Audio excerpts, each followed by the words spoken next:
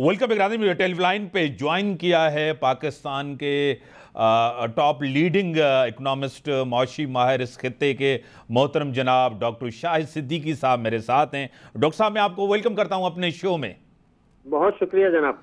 Doctor साहब कुछ लोग कह रहे हैं कि हम बेहतरी की तरफ जा रहे हैं जिस तरह डॉलर कम हो रहा है, लेकिन वो कहते हैं जिस तरह का एक्शन हुआ है, जिस तरह डॉलर स्मगलिंग हो रहा था, काफ़ी ऐसी चीज़ें कार्टेल स्मगलिंग, ये काफ़ी चीज़ें थी, ज़ख़ीरा अंदोज़ी, जिस तरह एक्शन आगे भी ये चलेगा या सिर्फ ये कुछ महीनों का काम है?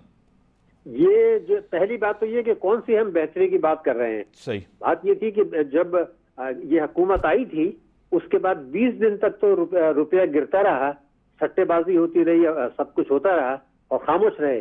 फिर जब आर्मी चीफ ने एक्शन लिया उसके बाद से इन्होंने 6 सितंबर से वो शुरू किया है, लेकिन अभी भी 12 जुलाई को जो डॉलर था वो 276 पर था। अभी भी उससे कोई 15 रुपए जो है वो अभी और जो है वो बढ़ा है। इसका मतलब ये है कि अभी और गुंजाइश है, लेकिन जो आपका खदशा है वो सही है। आगे चल के ये कुछ दिनों गिरेगा लेकिन बाद में दोबारा बढ़ेगा और खासा तेजी से बढ़ेगा।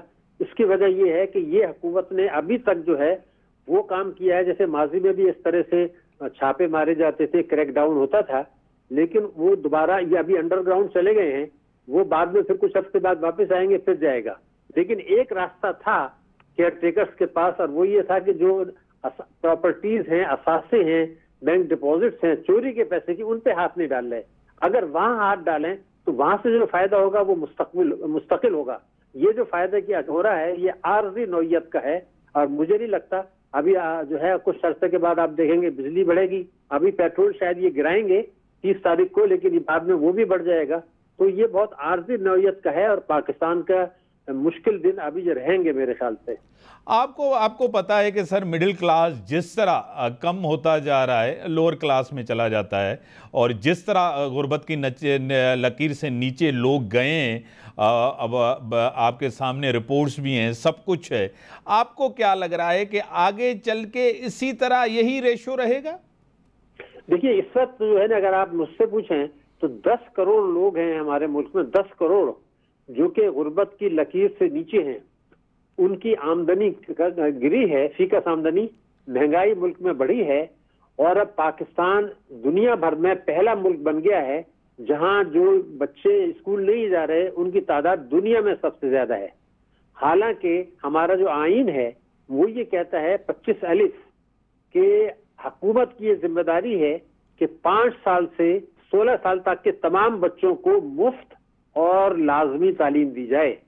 तो अगर 25 मिलियन बच्चे स्कूल नहीं जा रहे और ये आइन की खिलाफ वर्जी हो रही है, इसको कोई नहीं सोचता, तो ये तो आगे मुझे तो खुदा न खास्ता खदशा ये लगता है कि कुछ शुरू में कुछ दिनों में आप देखेंगे कि ये बेहतरी नजर आएगी, मगर मुश्किल वक्त अभी भी है। और उसके बाद 2024 में जब ये दोबारा IMF के पास जाएंगे लंबी रकम के लिए, तो उस वक्त फिर एक और बहुत बड़ा मसला आ जाएगा, और वो आ जाएगा उनकी शराइत का। इसलिए आज जो निगरान हुकूमत को अगर नहीं कर रहे तो जो हमारी सलामती कौंसिल है जिसमें फौज की नुमाइंदगी भी है, उनको ये करना चाहिए कि हुक्म दें जो हमारी निगरान हुकूमत है उनको कि भाई पहले तो जो नाजायज असासे हैं उनके ऊपर भी तो हाथ डालें। ये डॉलर वालर पे तो आप कर रहे हैं ज़ख़ीरा अंदोज़ी, ये दोबारा हो जाएगा। जब आप असासों पे हाथ डालेंगे तो वो मुस्तकिल होगा। और मेरा अपना ख्याल ये था कि टैक्स की चोरी और वो मिला के 4000 अरब रुपया ये हुकूमत वसूल कर सकती है, और अगर ये वसूल करें, अगर नहीं करते तो कानून की खिलाफ वर्जी कर रहे हैं, और अगर कर लें तो फिर आप ये देखेंगे कि पेट्रोल के नर्ख भी गिरेंगे, बिजली के नर्ख भी गिरेंगे, और रुपए की कदर में बेहतरी आएगी। वरना मुझे ऐसा लगता है खुदा न खास्ता हमारे लिए मुश्किलात बहुत बढ़ने वाली हैं। डॉक्टर साहब जिस तरह ये निगरान सेटअप आया तारीख में, पाकिस्तान में जितने भी निगरान सेटअप आए वो इतने एम्पावर्ड नहीं थे जितने ये एम्पावर्ड है। इस्लाहात कर सकते हैं, रिफॉर्म्स ला सकते हैं, बेहतरी ला सकते हैं। देखिए पहली बात तो ये है कि यकीनन जो मैंने आपसे कहा कि जो इख्तियारात इनके पास हैं उसमें ये यकीनन बेहतरी ला सकते हैं। टैक्स की चोरी और नाजायज असासों पर कोई 4000 अरब रुपया मिल सकता है। दूसरे ये कर सकते हैं कि जो सरमाया पाकिस्तान से बाहर जा रहे हैं डॉलर, वो स्टेट बैंक के साथ मिलकर उसको रोक सकते हैं। वो इख्तियार इनके पास है कि जो डॉलर बाहर जा रहे हैं ना बैंकों के थ्रू मार्केट से डॉलर खरीद के, उसको रोक दें। تو یہ ان کے ہاتھ میں ہے۔ تیسرا ایک بہت بڑی بات آپ نے کی ہے، وہ میں آپ کو ایکسپلین کر دوں کہ آج بھی 20 کروڑ روپے کی جو پراپرٹی ہے وہ جب بکتی ہے تو 2 کروڑ کی بکتی ہے، 18 کروڑ اس میں چوری کا پیسہ ہوتا ہے۔ یہ پاور جو ہے بڑھانے کی ایف بی آر کے پاس بھی ہے اور ڈپٹی کلیکٹر کے پاس بھی ہے۔ تو یہ حکومت یہ بھی کر سکتے ہیں کہ پراپرٹی جو ہے اس کی مالیت مارکیٹ پہ کر دیں، چوری روکیں، سرمایہ کا فرار روکیں، ناجائز اثاثوں کو ضبط کریں، تو آپ یہ دیکھیں گے کہ بہت بڑا فائدہ ہو سکتا ہے۔ ایک اور بات آپ کو یاد ہوگی، آپ نے بھی پروگرام کیا تھا، مجھے یاد ہے کہ جب جنوری میں سیلاب سے یہ کہا گیا تھا کہ پاکستان کو 9.7 ارب ڈالر کے قرضے ملیں گے باہر سے، آپ کو یاد ہوگا، آپ نے بھی بہت پروگرام کیے تھے۔ اس میں ہمیں ان کو بنا کے دینا تھا دنیا کو کہ یہ ہمارے پروجیکٹ ہیں، آدھا پیسہ ہم نے لگانا تھا، تو ہمیں 9.7 ارب ڈالر مل سکتے ہیں۔ اس پر ابھی تک کام ہی نہیں ہو رہا۔ اب اگر وہ کچھ پیسے ملیں تو پھر روپے کی قدر میں بھی بہتری آئے گی۔ ابھی تک جو کچھ ہو رہا ہے وہ یہ ہو رہا ہے کہ نگراں حکومت ٹیکس چوری کرنے والوں کو مدد کر رہی ہے، ناجائز اثاثے کرنے والوں کی مدد کر رہی ہے۔ اور جیسے میں نے پہلے کہا تھا، دوبارہ آپ کو بتا دوں کہ جو نگراں وزیر خزانہ ہیں شمشاد اختر، یہ 2018 میں بھی نگراں وزیر خزانہ تھی۔ اس وقت انہوں نے آئین پاکستان کے شق 77 توڑا تھا اور قومی دولت لوٹنے والوں کو مدد دی تھی ایکسٹینشن دے کر۔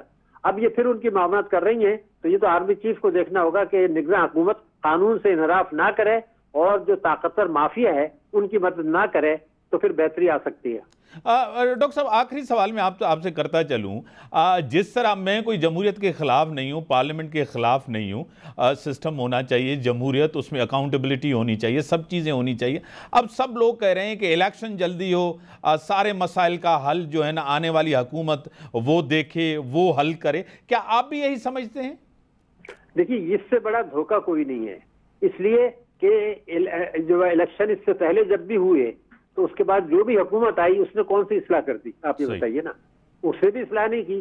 یہ جو حکومت آئے گی اس کے بعد بھی ہنگامہ آرائی ہوگی، وہ حکومت اصلاح نہیں کر سکے گی۔ تو اس لیے الیکشن ضرور وقت پہ ہونے چاہیے۔ لیکن پہلا سوال یہ ہے کہ جمہوریت میں الیکشن ہوتا ہے، لیکن الیکشن میں یہ بھی تو ہوتا ہے کہ آپ قوم سے جو وعدے کرتے ہیں اپنے انتخابی منشور میں، اس سے 100% انحراف کرتے ہیں، تو پھر وہ الیکشن تو نہیں رہا۔ پھر اس لیے کہ آپ نے جو وعدہ کیا تھا وہ تو نہیں کر رہے۔ اس کا مطلب یہ ہوا کہ جو قومی سلامتی کمیٹی ہے، یہ میں جواب تفصیلی اس لیے دے رہا ہوں کہ آپ کا سوال بہت اہم ہے سوال، کہ یہ قانون بنا دیا جائے کہ یہ جو بنیادی اصلاحات کرنی ہیں وہ جو بھی حکومت آئے گی اس کو وہ کرنی ہوں گی، ٹیکسوں میں، توانائی میں، بجلی پیٹرول کے نرخوں میں، جی ایس ٹی کم کرنے میں، تعلیم کا بجٹ بڑھانے میں، صحت کا بجٹ بڑھانے میں۔ وہ اگر نہیں کرتے تو ان کا الیکشن جو ہے نل اینڈ وائڈ ہو جائے گا۔ یہ قانون سازی کر لیں، ابھی کر لیں الیکشن سے پہلے، اور اس کے بعد اگر جلدی کرنا چاہتے ہیں تو ضرور کر لیں۔ لیکن جو الیکشن کمیشن ہے وہ جب الیکشن کا فارم بنائے تو اس میں بھی یہ لکھا ہے کہ میں جس پارٹی کو ریپرزینٹ کر رہا ہوں، جس کے ٹکٹ پہ الیکشن لڑ رہا ہوں، اس نے یہ وعدے کیے ہیں، اگر یہ نہیں ہوتا تو میرا الیکشن ختم ہو جائے گا، تب تو فائدہ ہے۔ ورنہ الیکشن جو ہے نفرت کی بنیاد پر ہوگا اور ناکام رہے گا، اور مشکلات عوام کی بھی بڑھیں گی اور پاکستان کی بھی بڑھیں گی۔ بڑی مہربانی ڈاکٹر صاحب، آپ نے ٹائم دیا۔ ناظرین، بریک جو ٹائم تھا بریک ہم پہنچا چکے۔